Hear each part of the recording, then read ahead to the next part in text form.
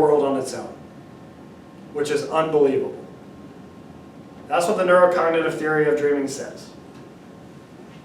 All right, let's move through some sleep disorders. Sleep disorders, serious and consistent sleep disturbances that interfere with daytime functioning, cause subjective distress. Anything that is a disorder is going to, a main characteristic of a disorder, and this is written in the DSM-5. Give me a second.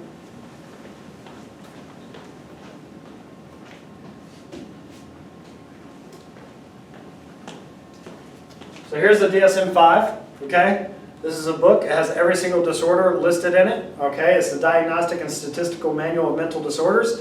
And every single one of these disorders in this book has a little stipulation. And it's that it affects your everyday life. So every disorder must be affecting your everyday life or else it's not a disorder. So, by the way, this book is amazing. Such a crazy book to read through and just flip through and just check things out. You end up self-diagnosing a lot whenever you do that. But so, sleep disorders. Two versions here. We have dysomnias and parasomnias. Dysomnias, that's a category of sleep disorder involving disruptions in the amount, quality, timing of sleep. Includes insomnia, obstructive sleep apnea, narcolepsy. So anything that's really disturbing the amount of sleep that you're getting and the quality of it. Then we have parasomnias. So this is a category of sleep disorders characterized by arousal or activation during sleep or sleep transitions. So this is disrupting the amount of sleep, and this is arousal or activation during sleep. It includes sleepwalking, sleep terrors, sleep-related eating disorder, REM sleep behavior disorder. All of these are listed in the DSM. Okay, all of these are listed in the DSM. So let's go through them. Insomnia, you've heard of this one before. A condition in which a person regularly experiences an inability to fall asleep, to stay asleep, or to feel adequately rested by sleep. Transient insomnia lasting from 1 or 2 nights to a couple of weeks. I think a lot of people experience this. I mean, it could be, you could just be troubled by something and not be able to sleep because of it. Something could have happened in your everyday life that transient insomnia happens and you can't sleep for a couple days because it's bothering you. Or maybe you're so excited about something that, maybe you have a concert that's going to happen on Friday, it's Wednesday, and you're so excited you can't sleep for 2 days. 1 out of 3 people experience this at some point in their life. Chronic insomnia, and when you see chronic, we're always going to look at this as being long-lasting. Chronic insomnia with symptoms at least 3 nights a week, 3 nights each week that persist for a month or longer. So 1 out of 10 people experience this at some point in their life, right? So 10% of the population. Hyperarousal is what we're talking about with that being excited about something. The person's level of arousal interferes with his or her ability to go to sleep or stay asleep. This is a person who might get off of work at 11 o'clock at night and they're tired physically, but their brain is still on because they've had to be on, right? I mean, if I finished teaching at 10 o'clock at night, I wouldn't be able to really go to sleep until a little bit later because my brain is on, okay? I have to be on during teaching. It's like a server or, a waiter or waitress, right? Or somebody's working night shifts and they have to be on. Like, I'm talking about brain on, okay? Not on. But, yeah, so anticipating an event, physical pain or discomfort, distress, depression, medications, all can have an effect on insomnia. Then we have, there we go. So what would happen if you had insomnia and you went to somebody and talked about it? They could, prescribe you medicine or something like that, but they would probably do the stimulus control therapy. And I know it says theory up there, it's therapy, mess that up. This is an insomnia treatment involving specific guidelines to create a strict association between the bedroom and rapid sleep onset. So here's some things that you do during this therapy. So a psychologist would help you or psychiatrist or psychologist would help you get through this. They would explain this, and this is what you need to do to maybe control your insomnia. Monitor your intake of stimulants. Nicotine, caffeine, you know, those are stimulants. You know, I try not to drink any caffeine after 2 o'clock. That way it's out of my system by the time I go to bed. I have no problem going to bed. You know, nicotine would do the exact same thing. It's a stimulant. It would turn your brain on. Establish a quiet bedroom routine. Go to sleep at the same time, right? Do the same things that you always do right before bed. So, boom, hot shower, brush your teeth, lay in bed. You know, whatever it is you got to do. I mean, you have to make it consistent. Create conditions for restful sleep. You know, a little bit more of a cold atmosphere, you know, would help that. You know, obviously dark, no blue light coming in. And then establish a consistent sleep-wake schedule. Go to bed relatively at the same time and wake up at the same time, no matter what. All right? I've got a toddler and a 1-year-old kid. I'm never going to sleep in ever in my entire life. I wake up, the latest I sleep in is 6:45 at any point. And I'm usually up at 4:30 because it's the only quiet time I get in the day. All right, obstructive sleep apnea. You probably know somebody who suffers from this. This is a sleep disorder in which the person repeatedly stops breathing during sleep. Please check out a video of this that I've included right here. Check it out on your own time. 300 or more sleep apnea episodes can occur during the night. That means you stop breathing 300 times and then you gasp for air and get back to it, aka sleep. But you never ever get restful sleep because you've woken up 300 times. Each time breathing stops, the brain triggers a waking signal. This might not be noticed by the sleeper. They might not ever really look like they woke up, but their brain did. And then they never get restful sleep. They never get into REM. They never get non-REM because it's just you're barely entering sleep and then you're out of it. So a CPAP machine, which stands for continuous positive airway pressure, they wear a mask. You can see it right over here. That covers the nose and sometimes the mouth. A flexible tube connects the mask to the CPAP machine, which gently blows air and keeps the pathway open. What really happens with obstructive sleep apnea is your air pathway gets blocked. Your tongue would relax so much. You'd sleep on your back, your mouth would be open, and your tongue would slip back to the back of your throat and cover up your airway, and you would stop breathing. Maybe 300 times a night. You know, it's directly related to some bad things, right? Heart attacks, heart disease, all that kind of stuff. It is important that a person who might be suffering from this get told that they might be suffering from this because they might not know it. They can just be always tired and never feel rested because they're struggling with this. Narcolepsy, you know, I guess people think this is funny, but it's not. You know, this is a true disorder that people really do suffer from. It's not fake. It's not a joke or anything like that. But in movies and stuff like that, it is made to be a joke. So, narcolepsy, a sleep disorder characterized by excessive daytime sleepiness and brief lapses into sleep throughout the day. Those things might be called sleep attacks or microsleeps. We've touched on that before. They typically last from a few seconds to several minutes. So for the next hour or two, grogginess and drowsiness diminish.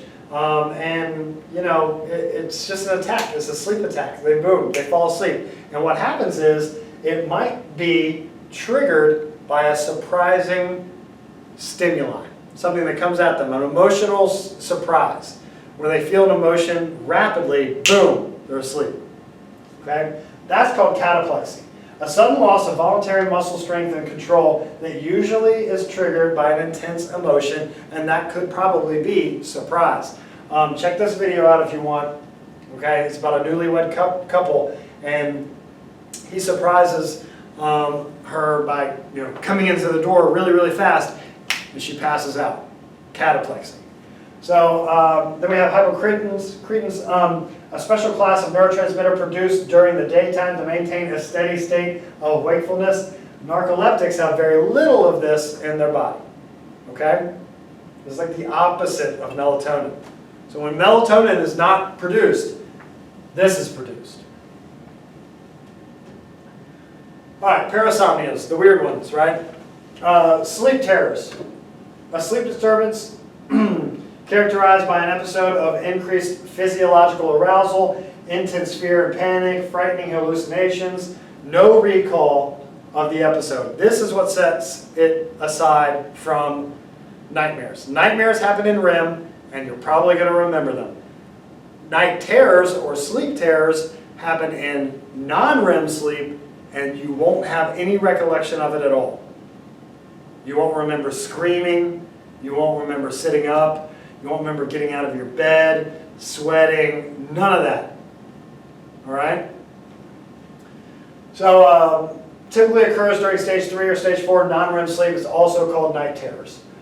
Sleep sex is a sleep disorder involving abnormal sexual behaviors and experiences during sleep, also called sexomnia. It's in the DSM-5. It's weird. It usually doesn't happen necessarily with other people, but individuals experience this. Sleepwalking, a sleep disturbance characterized by an episode of walking or performing other actions during stage 3 or stage 4 non-REM sleep, also called somnambulism. Also an interesting read in the DSM-5. Sleep-related eating disorder, so SRED, so sleep-related eating disorder, a sleep disorder in which the sleeper will sleepwalk and eat compulsively. It affects at least 1% of Americans, and Ambien users, and that is a drug prescribed to people who have problems sleeping. They report having this, and they also report have taken Ambien, and if you fight Ambien and you try to stay up through it, there's these chances where you could do something that you would never do, ever do in your wake or sleep ever without Ambien. So in particular, they've reported waking up to find their oven turned on, food all around the kitchen. Other Ambien users have reported driving while asleep, waking up only after being arrested on the side of the road. I know somebody that's happened to. It's crazy. REM sleep behavior disorder, so RBD. REM sleep behavior disorder, a sleep disorder characterized by the brain's failure to suppress voluntary muscle actions during REM sleep. You act out your dreams. This could be dangerous, right? If you don't have suppressed muscle tone during your dreams, oh my gosh, the things that I've done in my dream, I've sprinted off a cliff and flown. That wouldn't be too good to act out in real life. Okay? All right, hypnosis. It's real. If it wasn't real, I wouldn't have a slide up here and I wouldn't be telling you about it. Now, can everybody do it? Can everybody be hypnotized? No. There's a certain threshold for that. So let's talk about it. Hypnosis is a cooperative social interaction between two people in which the hypnotized person responds to the hypnotist's suggestions with changes in perception, memory, and behavior. It's characterized by highly focused attention, increased responsiveness to suggestions, vivid images and fantasies, a willingness to accept distortions of logic or reality. During hypnosis, the person temporarily suspends his or her sense of initiative and voluntarily accepts and follows the hypnotist's instructions. It's weird, but it works. Ask anybody who's quit smoking because they were hypnotized. All right? I know somebody like that. About 15% of adults are highly susceptible to hypnosis and 10% are difficult or impossible to hypnotize. The other, 75%, it depends on what they're feeling in that moment. Children tend to be more responsive to hypnosis than adults. Children as young as 5 years old can be hypnotized. The best candidates for hypnosis are individuals who approach the experience with positive, receptive attitudes. Not that it's not going to work, right? If you think it's not going to work, then it's not going to work. The expectation that you will be responsive to hypnosis also plays an important role. People who are highly susceptible to hypnosis have the ability to become deeply absorbed in fantasy and imaginary experience. For instance, they easily become absorbed in reading fiction, watching movies, and listening to music. So if you are that type of person, the chances of you being hypnotized are pretty great. The effects of hypnosis. Deeply hypnotized subjects sometimes experience profound changes in their subjective experience of consciousness. I told you there have been people that I know that have been hypnotized to stop smoking cigarettes. And guess what? They don't smoke cigarettes anymore. They may report feelings of detachment from their bodies, profound relaxation, sensations of timelessness. More commonly, hypnotized people converse normally and remain fully aware of their surroundings. They later report that carrying out the hypnotist's suggestion seemed to have happened by itself, taking place outside of the person's will. Sensory and perceptual changes, temporary blindness can happen, deafness, loss of sensation of some part of the body, hallucinations. There's this thing called post-hypnotic suggestion. This is a suggestion made during hypnosis that the person should carry out a specific instruction following the hypnotic session, like to stop smoking. I've seen videos of a person who's forgotten the number 6, and then they ask to count their fingers. And they go 1, 2, 3, 4, 5, 7, 8, 9, 10, 11. And the person says, "You have 11 fingers?" And they say, "No." And then they count again, and they skip 6 again. And they just don't know that 6 even exists anymore. Hypnosis and memory. Post-hypnotic amnesia, the inability to recall specific information because of a hypnotic suggestion. That's exactly what I was just talking about. The effects are usually temporary. When the signal is given, the information floods back into the brain's mind, into the subject's mind. Then we have hypermnesia. This is the supposed enhancement of memory through hypnosis. This is what you would imagine maybe a psychoanalytic therapists do, right? You lay on the couch, you get hypnotized, and you say, "Okay, now tell me about that childhood experience that you've locked away in your mind."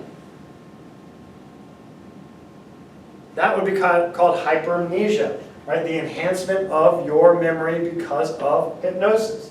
False memories, also called pseudo-memories, can be inadvertently created when hypnosis is used to aid recall. You actually might remember something that happened to somebody else as your own memory during hypnosis.